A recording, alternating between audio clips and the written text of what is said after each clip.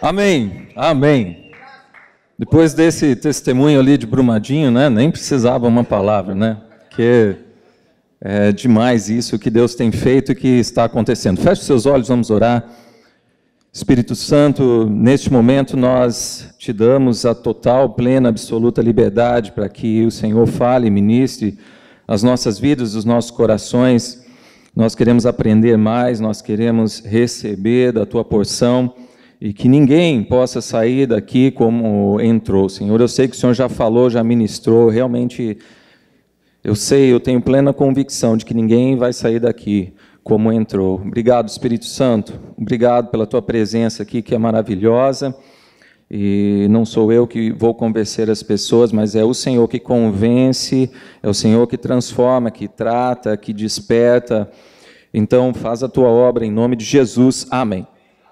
Amém. Quero contar uma história para você, uma história muito impactante. Eu ouvi essa história já há muitos anos atrás, porque foi um tempo em que eu trabalhava lá em São Paulo e ouvi esse testemunho, que foi um testemunho muito poderoso e muito marcante.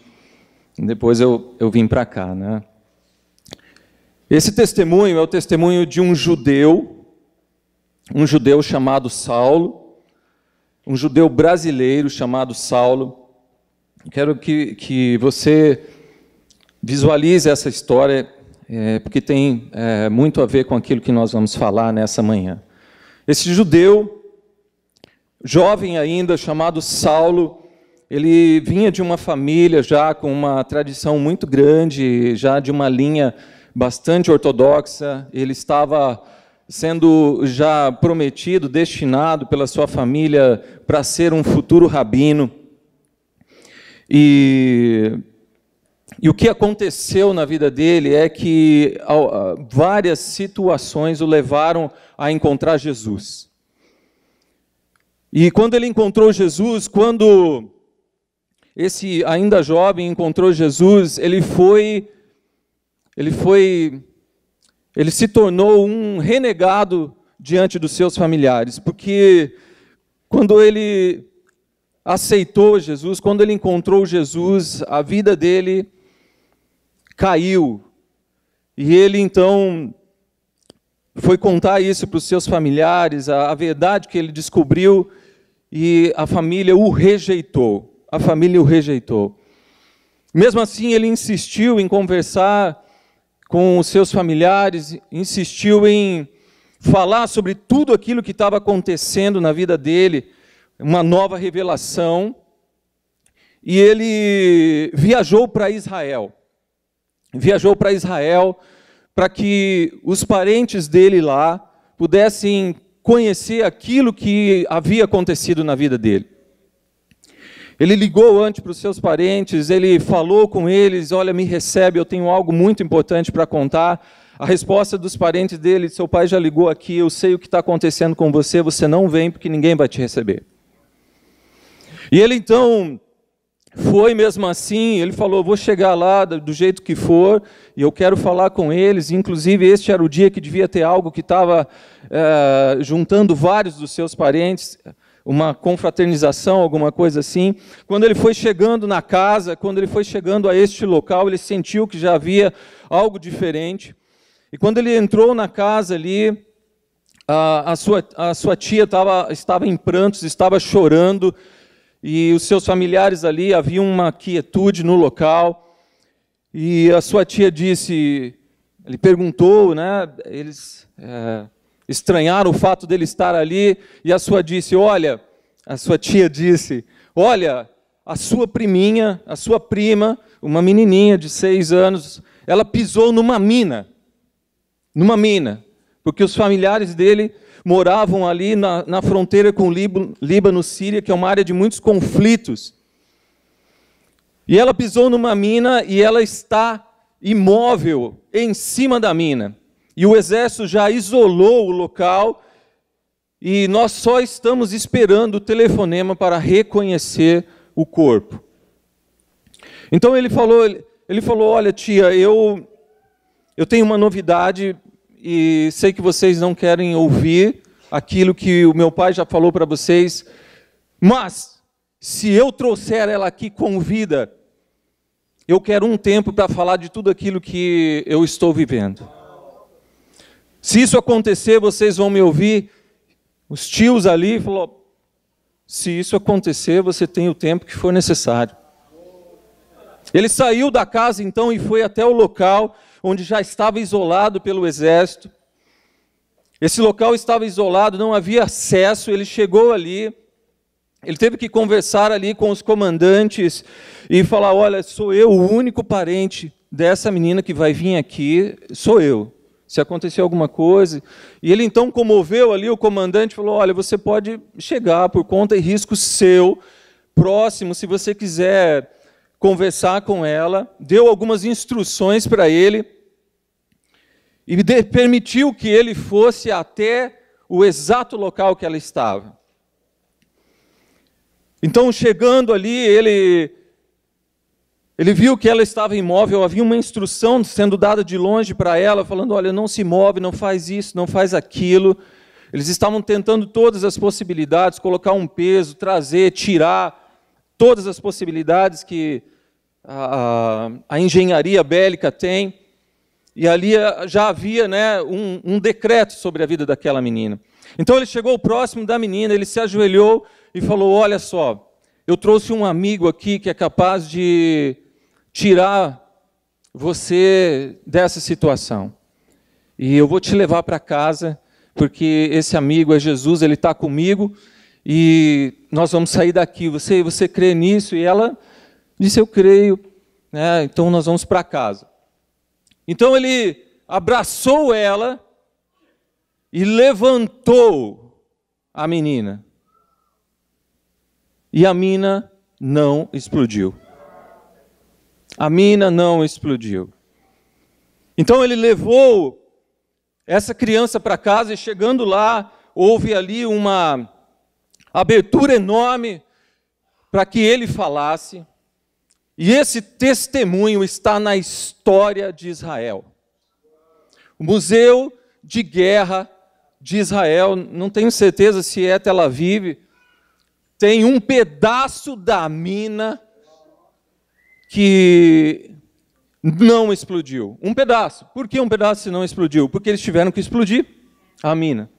Porque ficou ali, eles cercaram de novo ali aquela área, explodiram com novos explosivos e pegaram um daqueles pedaços porque eles não acreditavam no que havia acontecido. Por que eles não acreditavam no que havia acontecido? Porque nunca na história, uma mina, um explosivo, uma mina de explosivo produzida pelos israelenses pifou, deu defeito. Então você vê o tamanho do milagre que aconteceu. Então esse homem, Saulo, levou essa criança, entrou ali, houve um quebrantamento, e a conversão desse judeu a Jesus, ele mesmo testemunha isso, tem na conta dele mais de 600 judeus que já aceitaram Jesus. Mais de 600 judeus, tanto aqui em São Paulo como em Israel. Judeus que reconheceram que o Deus que estava com ele é o Deus do Novo Testamento. Que o Deus que estava com ele não acabava ali, que Jesus era a nova aliança. Então, este homem Saulo, que encontrou Jesus diante de tantas dificuldades, de tantos problemas ali, ele foi tocado, ele veio pela dor. O testemunho dele é muito lindo. Hoje ele é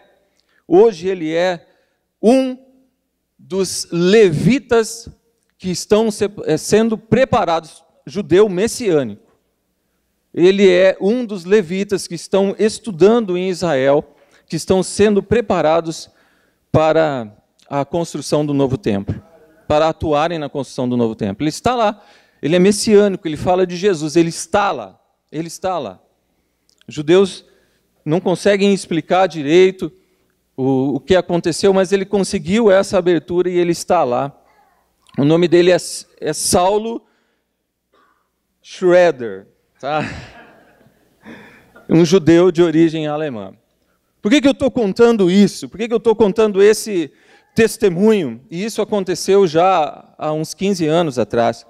Porque na caminhada deste homem, este testemunho de fé só foi possível, esse fruto, esse testemunho de fé só foi possível porque ele se arrependeu.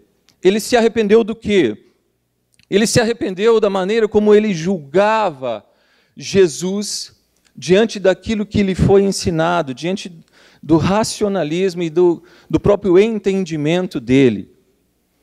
Ele conta que o limite do conhecimento dele ia até o Velho Testamento ali, né, dentro da linha que ele estudava, e que muitas coisas precisaram ser desconstruídas nele, para que se construísse a fé verdadeira. E ele precisou, então, reconhecer que ele resistia à palavra de Deus. Ele resistia à palavra de Deus. Ele resistia ao novo. Ele resistia à nova aliança. Ele resistia a Jesus revelado. E quando ele parou de resistir, que ele entendeu e ele se arrependeu, ele conta que os sinais e as maravilhas e as coisas que aconteceram por fé na vida dele, que são muitos testemunhos, começaram a se deslanchar, muitas coisas aconteceram. O Journal dessa semana fala o seguinte: o arrependimento é uma obra de Deus no nosso coração, que é corrupto, e que nos leva a crer que não devemos confiar no nosso coração. Este homem que confiava no seu entendimento e na linha religiosa que ensinava, né? Ele precisou deixar tudo de lado, todo o conhecimento, todos os pensamentos, e confiar em quem então? Em Jesus. Em Jesus. Só em Jesus. E aí ele começou a entender a questão da fé e a viver em fé. O arrependimento e o exercício da fé, queridos, são coisas que passam a fazer parte da minha vida e da sua vida, passam a ser uma rotina de uma pessoa que é salva em Cristo Jesus. Arrependimento e fé, o exercício da fé, são coisas que têm que fazer parte da nossa rotina depois que nós conhecemos a Cristo Jesus. Sabe, existe algo que o inimigo quer que você pense, que você não tem fé, que você não acredita, que você não crê. Existe algo que nós precisamos entender acerca da natureza da fé, que quanto mais nós tentamos explicar isso, menos nós entendemos, porque a fé é um elemento que pertence ao mundo espiritual. A fé é um elemento que pertence ao mundo espiritual. Não faz parte da natureza humana, não faz parte do nosso entendimento. O homem, ele é limitado por si só. E através da fé em Cristo Jesus, o ilimitado é possível de ser acessado. Dá para entender? Dá para entender? Então nós queremos falar um pouquinho sobre fé hoje. Algo que Deus tem, algo que Deus quer ativar nas nossas vidas. Fé, o firme fundamento. Você quer ver Hebreus 11? A fé é o firme fundamento, a certeza das coisas que se esperam e a convicção daquilo que não se vê. Então a fé não tem a ver com ver alguma coisa, com tocar, mas tem a ver com crer, com esperar, sem ver. Dá para entender? Então nós precisamos entender que a natureza humana e a fé, pura e simplesmente do homem, a fé humana, ela acredita naquilo que ela vê. Mas nós, como filhos de Deus, nós cremos naquilo que nós não vemos, por Jesus Cristo. A palavra de Deus fala que nós somos salvos pela graça, mediante a fé, E isto não vem de mim e de você. Vem de quem? De Deus. Vem de Deus. Vem de Deus. Por que vem de Deus? Porque quem é o consumador da fé, o autor da fé, é Cristo Jesus. Percebe, queridos, como o diabo tem nos enganado como igreja? Como muito discurso, como é grande o discurso de pessoas que falam, não tenho fé, não tenho fé. Dá para entender que através de Cristo Jesus foi-lhe dada fé, foi-lhe acrescentado fé. Dá para entender? O que nós precisamos entender é que isso que está em nós precisa ser ativado, precisa ser desenvolvido, precisa ser exercitado, precisa ser colocado em prática. E este é o ano. Este é o ano de nós entendermos. Há alguns domingos atrás, domingo passado, o pastor Gabriel pregou sobre conhecemos a Deus, somos filhos de Deus, sabemos de quem nós somos filhos. Palavra tremenda. Nós precisamos exercitar a nossa fé sabendo quem nós somos. Sabendo quem nós somos. Porque fé há. Dá para entender, queridos? Dá para entender? Então nós precisamos entender aqui que nós estamos olhando para Jesus, autor e consumador da fé. A palavra de Deus fala, Efésios 2:8, a fé vem de Deus. O autor é Cristo. Romanos 10:17, né? Hebreus 12:2, olhando para Jesus, autor e consumador da fé. Autor e consumador da fé. E onde que ela se encontra agora que nós temos Jesus? De onde que ela vem acrescentar algo na nossa vida? A fé vem do ouvir e ouvir a palavra de Deus. A fé vem do ouvir e ouvir a palavra de Deus.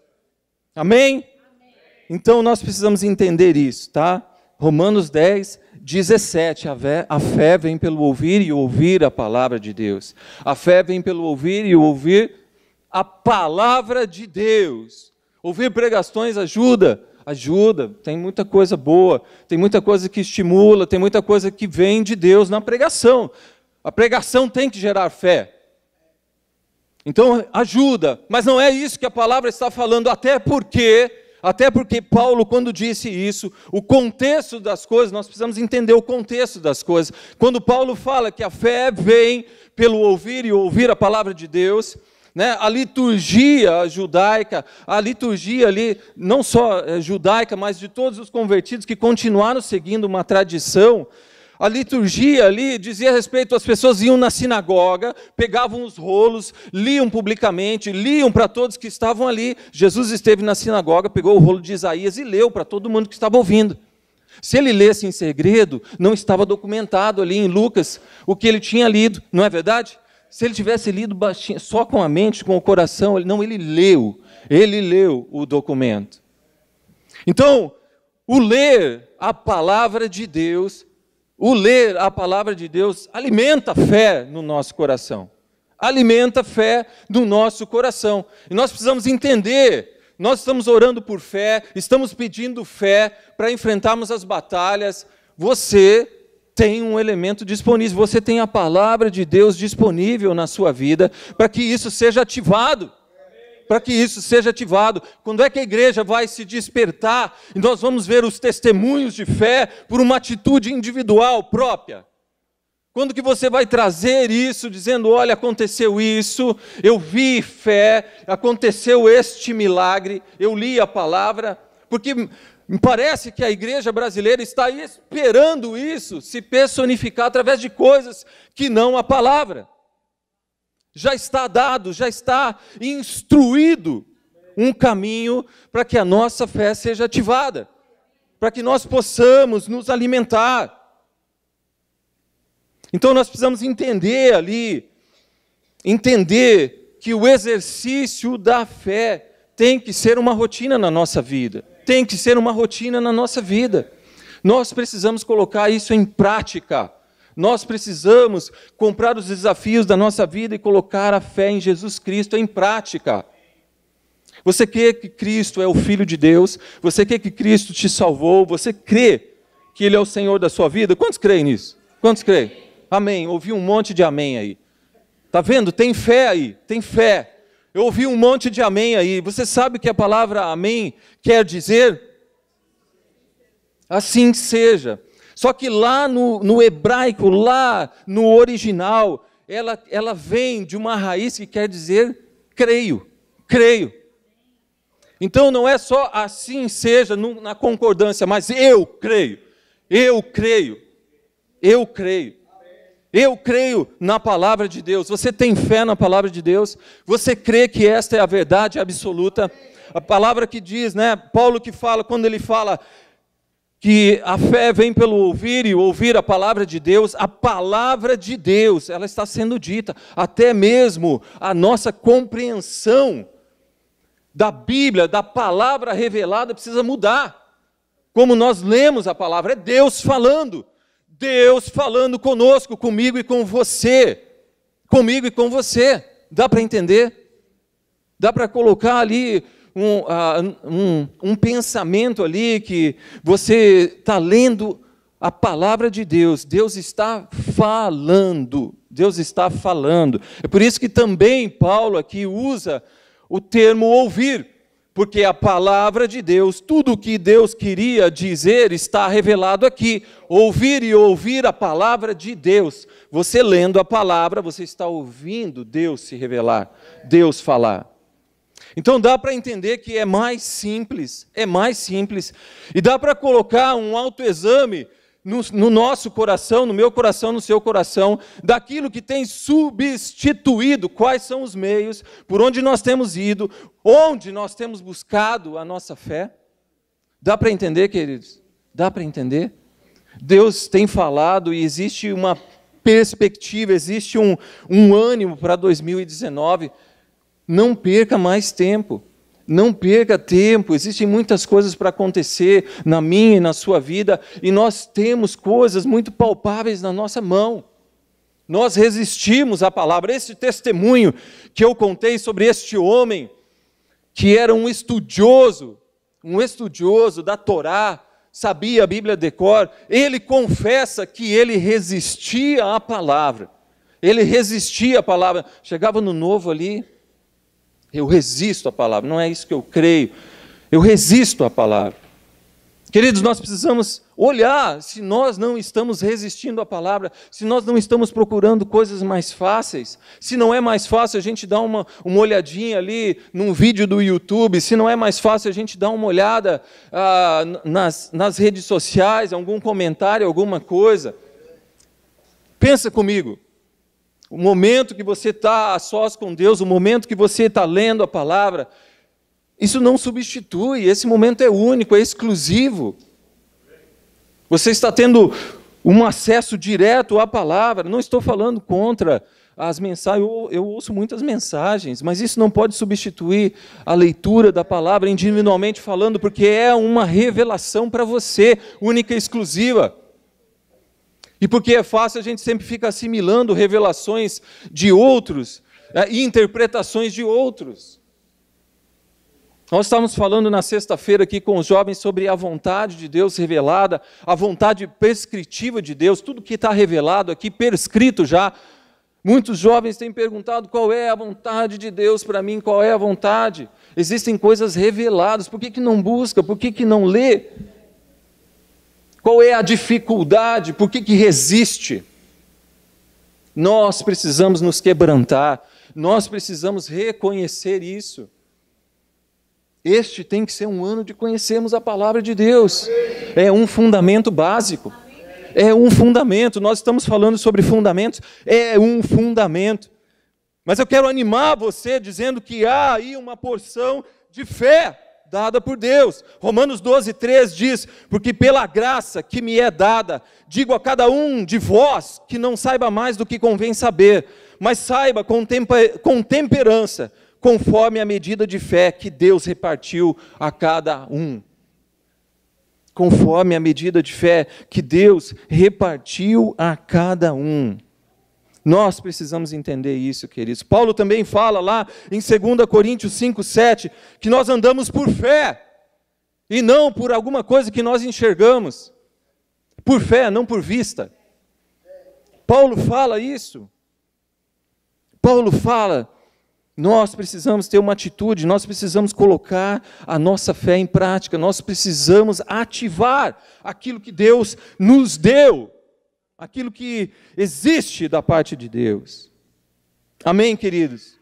Você quer acessar as coisas ilimitadas? Você quer trazer os céus na terra? Você tem que entender que pela sua própria força, a sua forma de crer, não é isso. É a fé.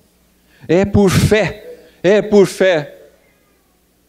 É por fé. Às vezes você tem uma necessidade, está esperando que Deus... E essa necessidade exige um milagre. Mas não é a necessidade, queridos, é a fé. Eu não vou dizer que Deus não olha a sua necessidade e não se compadece, mas não é a necessidade que Deus vai atender, é a fé, é a fé, é a fé. Dá para entender, queridos? Dá para entender? Talvez nós estejamos interpretando as coisas erradas, olhando para as coisas erradas, entregando as coisas erradas diante do Senhor. Nós precisamos caminhar em fé, nós precisamos olhar para as coisas de um modo diferente. Então você precisa desenvolver, você precisa ativar aquilo que está no seu coração. E eu queria ler aqui um texto, como é que isso vai acontecer? Vamos ler lá, João capítulo 6, versículos 1 ao 15. Vamos ver esse momento de Jesus na história. João capítulo 6, versículo 1 ao 15. Algum tempo depois, Jesus partiu para outra margem do mar da Galileia, ou seja, do mar de Tiberíades. E grande multidão continuava a segui-lo, porque viram os sinais milagrosos que ele tinha realizado nos doentes. Então Jesus subiu ao monte e sentou-se com seus discípulos. Estava próxima a festa judaica da Páscoa. Levantando os olhos e vendo uma grande multidão que se aproximava, Jesus disse a Filipe: onde compraremos pão para esse povo comer? Fez essa pergunta apenas para pô-lo à prova, pois já tinha em mente o que ia fazer. Filipe lhe respondeu: 200 denários não comprariam pão suficiente para que cada um recebesse um pedaço. Outro discípulo, André, irmão de Simão Pedro, tomou a palavra. Aqui está um rapaz com 5 pães de cevada e 2 peixinhos. Mas o que é isso para tanta gente? Disse Jesus: mandem o povo se assentar. Havia muita grama naquele lugar e todos se assentaram. Eram cerca de 5.000 homens. Então Jesus tomou os pães, deu graças e os repartiu entre os que estavam assentados, tanto quantos queriam. E fez o mesmo com os peixes. E depois de todos receberem o suficiente para comer, disse aos seus discípulos: ajuntem os pedaços que sobraram, que nada seja desperdiçado. Então eles os ajuntaram e encheram 12 cestos com os pedaços de 5 pães de cevadas deixados por aqueles que tinham comido. Depois de ver o sinal milagroso que Jesus tinha realizado, o povo começou a dizer: sem dúvida, este é o profeta que devia vir ao mundo. Sabendo Jesus que pretendiam proclamá-lo rei à força, retirou-se novamente sozinho para o monte. Então tem uma situação aqui, queridos. Tem uma situação, você já leu esse texto, e esse texto fala muito sobre fé. Fala muito sobre fé. De um lado você tem uma situação. Jesus ali, eles estão numa parte mais alta do monte, e a multidão está chegando, porque tem a expectativa de Jesus falar ou fazer algo. E a multidão está chegando, se aproximando, e Jesus lança a questão, ele lança o desafio. Só que Jesus lança o desafio, olha a pergunta de Jesus para Felipe, que a Bíblia fala que ele estava testando o coração de Felipe. Ele fala: como nós vamos? Não é que eles não iriam ser alimentados. Fala, alimentados eles vão ser, agora como? Felipe, como? Explica para mim como. Felipe fala: Senhor, matemático. Felipe, matemático, dá uma olhada na multidão, meio que faz ali uma composição ali, numérica, e ele fala assim: 200 denários não seriam suficientes. O que Felipe olha? O tamanho do problema. Felipe olha o tamanho do problema. 200, é muita gente. 200 denários são aproximadamente 8 meses de salário para um trabalhador normal naquela época. É um bom dinheiro. mas não dá para comprar pão, não dá para comprar um lanche para eles lá. Então, Felipe é aquele que aponta o tamanho do problema. Daí, do outro lado, vem e se achega André, irmão de Pedro. André era bom em localizar pessoas. André, a palavra fala que foi ele que encontrou o Salvador. E depois ele encontrou Pedro, foi anunciar para Pedro. E agora ele encontra o menino. Então André achava as pessoas, se relacionava e tal. André chega para Jesus e fala, olha aqui, tem um garoto que tem 5 pães de cevada e 2 peixes. 2 peixinhos. 5 pães de cevada. Era o lanchinho do garoto. 5 pães de cevada. A cevada era o grão usado para a alimentação dos animais ou da classe de baixa renda. Porque a classe média e a alta usava o trigo mesmo. Então aquele garoto, ele tinha ali, e era o que ele tinha. Ele chegou ali e trouxe ali, Jesus vai... Só que quando ele vai ali e ele mostra para Jesus, André já dá tom ao problema. Ele fala assim, não, isso aqui não significa quase nada. São palavras de André ali. Senhor, tem aqui um garotinho com 5 pães de cevada e 2 peixes, mas não significa quase nada. É insignificante isso. No que André olha? André olha no tamanho da provisão. Um olha o tamanho do problema. É muita coisa. O outro olha, eu tenho pouco. O tamanho da provisão. E Jesus está no meio lá. Está no meio. Daí Jesus fala, traz aqui. Orou, deu graças, alimenta toda a multidão. O que isso nos ensina? O que isso nos ensina? Olha para Jesus. A sua fé vai ser alimentada em Jesus. Porque se você olhar para o tamanho do problema, às vezes até como você já está olhando, ou se você olhar para o teu salário e para a pequenez da provisão, o milagre não vai acontecer. Você tem que olhar para Jesus, que é aquele que multiplica o pouco que você tem, que você considera pouco. Ou é aquele que resolve o tamanho do problema. Dá para entender, queridos? Então nós precisamos olhar para Jesus. E Jesus é o autor e consumador da fé. E vai vir dele o renovo da nossa fé. Nós oramos aqui. A Stephanie orou aqui. O Ti falou, o pastor Ti falou aqui. Vamos vivificar a nossa fé. Vivificar a nossa fé nessa manhã. Amém, queridos? Amém? E nós precisamos liberar a fé. Nós precisamos liberar a fé. Nós precisamos crer de uma forma absoluta. Nós vamos crer na palavra de Deus. Nós vamos crer naquilo que nosso Deus pode. O nosso Deus pode. Porque quando André fala isso, ele não tá vendo Jesus. Quando André fala assim, é muito insignificante. Ele não está vendo Jesus. Jesus pegar ali os 5 pães e 2 peixes e fazer o que ele fez. Sabe qual é o cálculo da multidão aqui pelos teólogos? 20 mil pessoas. Porque eles contavam só os homens, era de praxe que se contassem só os homens. E não contassem mulheres e crianças. Mas tinha um garotinho ali, já tinha, né? Então tinham crianças que não foram contadas. Então todo mundo foi alimentado e ainda sobrou. E Jesus fala assim, junta num cesto, junta tudo para que não se perca. Isso falou muito ao meu coração. O milagre, quando Deus nos dá um milagre, ele não pode ser desperdiçado. Ele não pode ser desperdiçado. Quando Deus traz para nós a provisão, não pode ser, ela tem que ser multiplicada e não desperdiçada. Dá para entender? É por isso que nós precisamos ficar atentos. Se algo que Deus coloca na nossa mão, o Senhor não quer que nós prontamente ajudemos o nosso irmão.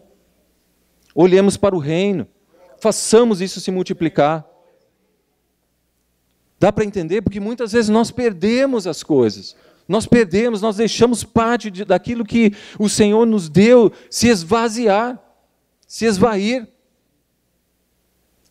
Então, quando o Senhor multiplica as coisas, Ele não quer que isso seja desperdiçado, quer que isso se multiplique mais ainda.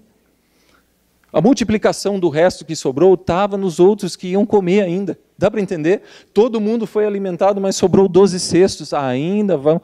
E eles trouxeram isso para Jesus. Juntam. Vai sobrar. A Bíblia não fala quem se alimentou daquilo ali. Mas vai atingir outras pessoas. Vai atingir outras pessoas. Amém? Agora eu quero ir para outro texto com você sobre um momento em que Jesus está com alguns discípulos, ali em Marcos 11, e esse momento Jesus fala o seguinte: e passando eles pela manhã, viram que a figueira secara desde a raiz. Então Pedro, lembrando-se, falou: mestre, eis que a figueira que amaldiçoaste secou. Ao que Jesus lhe disse: tende fé em Deus, porque em verdade vos afirmo, que se alguém disser a este monte, ergue-te e lança-te no mar, e não duvidar no seu coração, mas crer que se fará o que se diz, assim será com ele. Porque, por isso vos digo, tudo quanto pedirdes em oração, crede que recebestes, e assim será convosco. Convosco. Olha só, existe uma chave. Jesus então já tinha passado por este local e viu que a figueira não tinha dado fruto. Jesus lança uma palavra sobre a figueira e a figueira seca. Passaram lá de novo e Pedro lembra o que ele fez com a figueira. Pedro, né? Falou assim, falou para a figueira ali, secou, né? Tal. Pedro já lembra o que Jesus fez. E Jesus então traz essa palavra para eles. É tipo assim. Jesus falou, a figueira secou. E Jesus dá uma dura em Pedro, fala assim, em verdade, se você falar para esse monte, fala, por que você não fala aqui, né, para a figueira? Dá para entender? Então, Jesus traz aqui uma questão chave. Olha só, pessoal, olha só, algo para sermos bem práticos e falarmos aqui sobre a nossa fé sendo ativada e exercermos a nossa fé, tá? Esse trecho da palavra de Deus, basicamente ali o versículo 23, Jesus deixa muito claro ali, ele ressalta o verbo dizer, falar. 3 vezes ele fala, se você disser sobre aquilo que você diz, 3 vezes, vamos lá, ó. Porque em verdade vos digo que qualquer um de vós, qualquer que disser a este monte, ergue-te e lança-te no mar, e não duvidar em seu coração, mas crer que se fará aquilo que se diz, tudo o que disser lhe será feito. 3 vezes o Senhor falou, fala. 3 vezes o Senhor falou, fala. A fé, ela também está associada à confissão, querido. A confissão, você nunca fala nada, nunca declara nada sobre as coisas. Dá para entender? Dá para entender? Jesus fala então, e aqui existe uma questão chave, que é a maneira como os judeus faziam ali uma ligação com a questão da montanha. Porque literalmente, eu procurei entender isso, literalmente, Jesus não estava incentivando Pedro a falar assim, montanha, saia daí e se joga no mar. Só que o monte em Israel, ele está associado ao problema, ao tamanho do problema. Então Jesus estava colocando aqui que sobre qualquer grande situação, qualquer grande problema, pela fé, você pode resolver. Dá para entender? O problema que você tem é tipo assim, um judeu encontrava o outro no Habib's, por exemplo. E ali encontrava o outro lá, né? Fala, olá, né? Digamos, né? Olá, Jacó. Olá, Benjamim. E daí falava assim, como é que você está? Aquela montanha está me incomodando. Dá para entender? A maneira como o judeu falava, a questão do monte, da montanha, era uma expressão do tamanho do problema. Eu tenho um grande problema.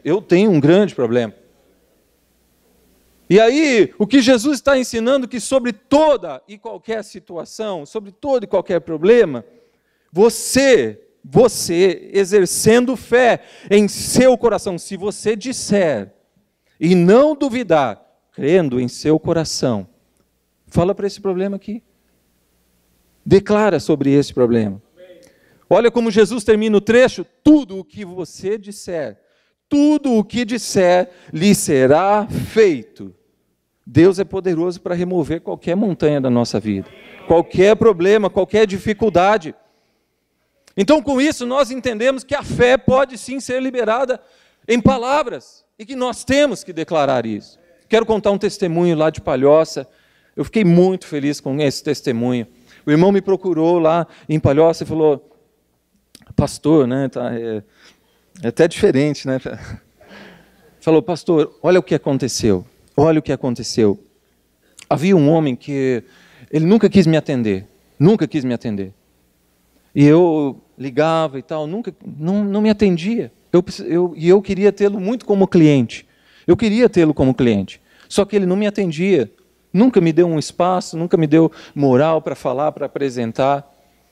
E então o que aconteceu? Eu comecei a passar lá na frente, ali, às vezes olhava do muro e comecei a declarar e falar: vai ser o meu cliente, em nome de Jesus, vai ser o meu cliente, tenho fé, já estou visualizando que eu vou vender para ele.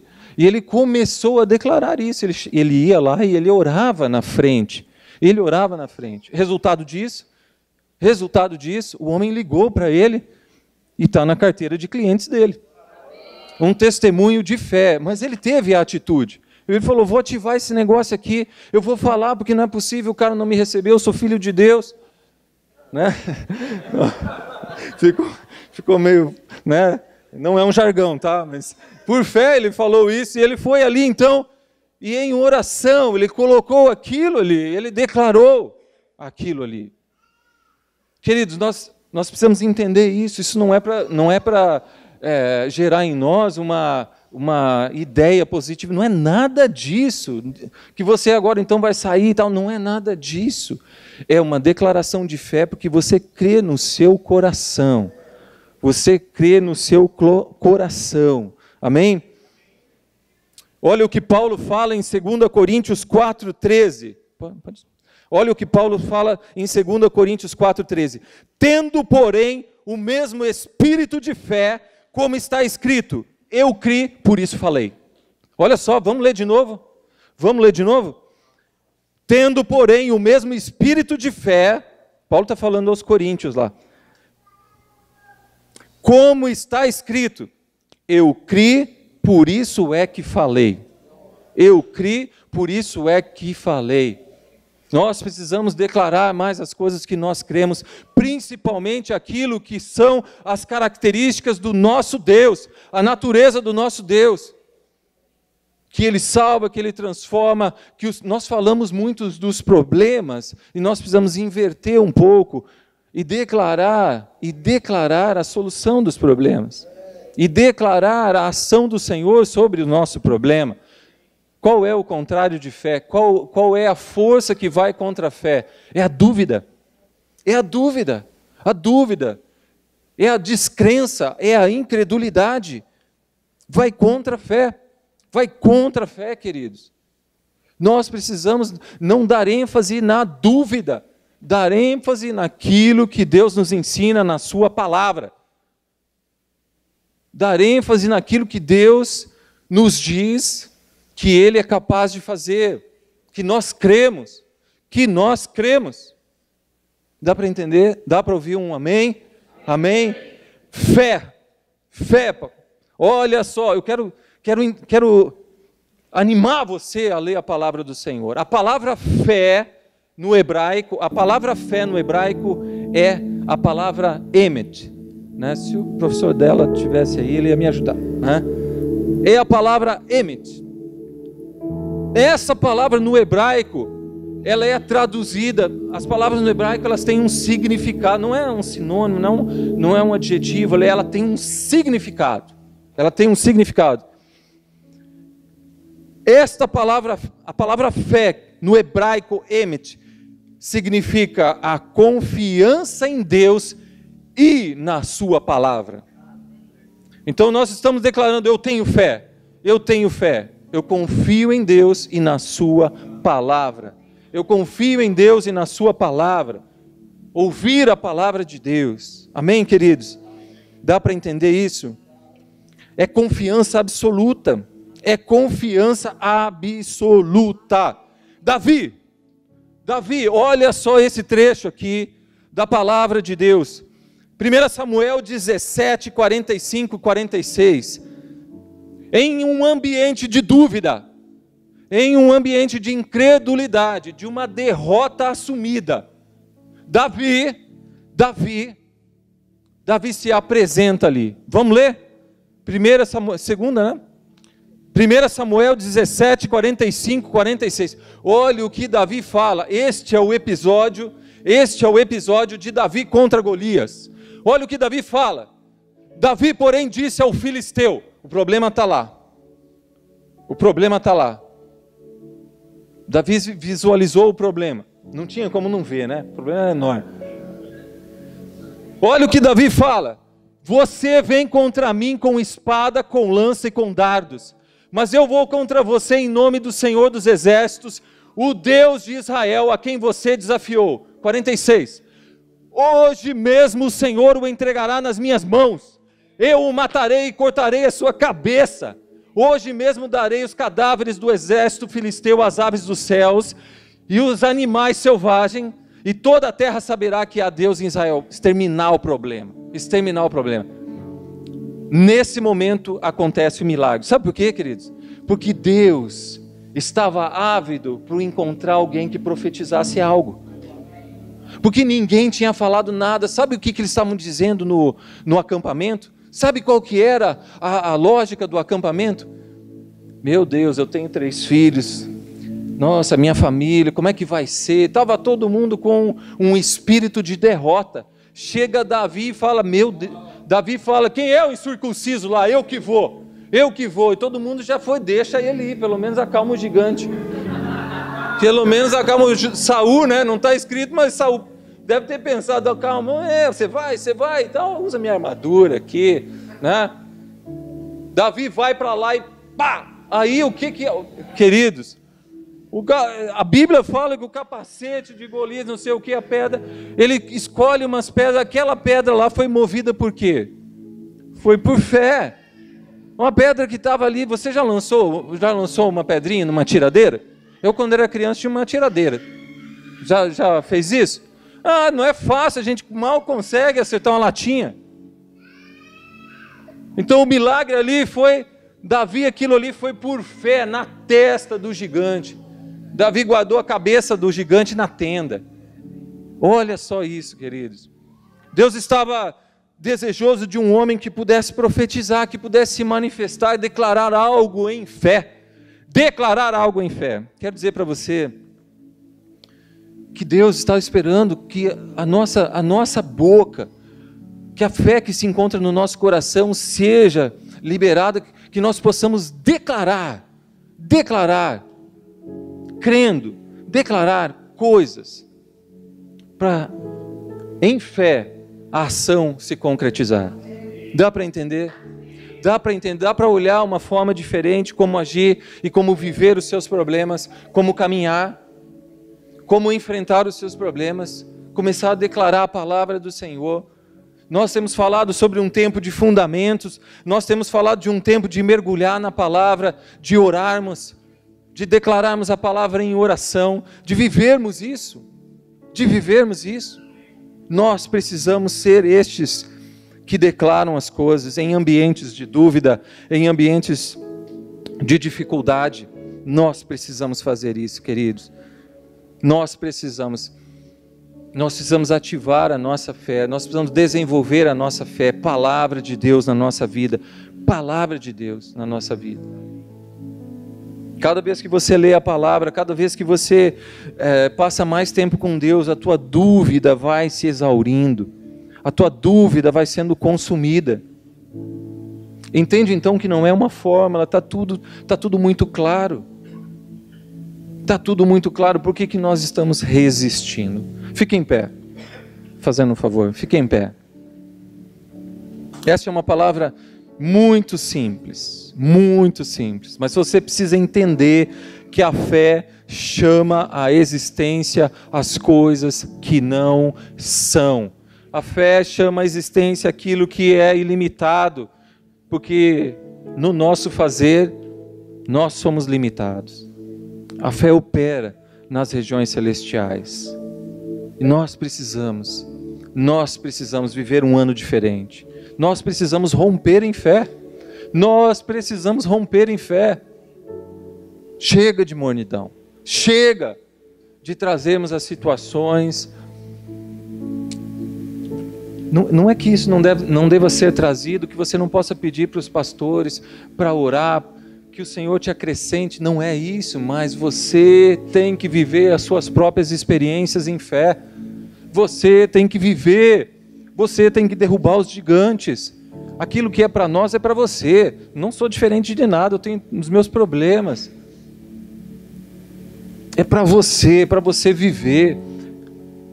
E nós não estamos falando só de necessidades financeiras, nós estamos falando de tudo o que na nossa vida possa caracterizar um problema. Tudo o que na nossa vida possa caracterizar um problema. Amém, queridos? Você crê? Você recebe essa palavra? Dá para entender no seu coração, como igreja, visualizarmos algumas coisas, sonharmos com os sonhos dos nossos pastores, orarmos por isso. Fé, não é a fé está com ele, deixa ele com a bola, não é. Nós estamos juntos como igreja, vamos sonhar juntos e orar com fé, e desenvolver isso na nossa vida. Nós precisamos disso. Eu quero viver as coisas sobrenaturais, extraordinárias. Eu não quero viver 2018 não quero viver 2019 como 2018. Tem coisa nova, tem coisa para ser acrescentada. Eu quero poder, ao ver alguém repartindo uma situação ou enfrentar uma situação, declarar sobre a situação o que Davi declarou. Vem aí um problema, eu estou indo nessa direção em nome do Senhor Jesus. E esse problema vai ser exterminado, e que o Senhor vai agir. Amém?